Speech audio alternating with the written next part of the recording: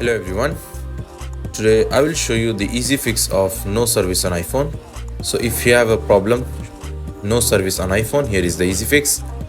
So the first fix is to remove SIM card. Gently press the SIM card tray and remove the card. Wait for a few seconds. Then reinsert the SIM card. Insert the SIM card back into the tray. If the signal has returned, the issue is resolved. If not, then force restart your iPhone once. For this, tap on volume up button once, down once, and simply hold the right side key until the Apple logo appears and restart your iPhone. Check the signal. If the signal still has not returned, proceed to the next step, that is reset network settings.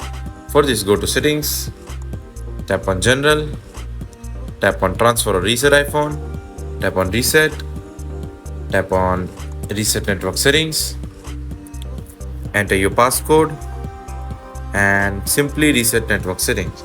So that's it. Thanks for watching. See you in next tutorial.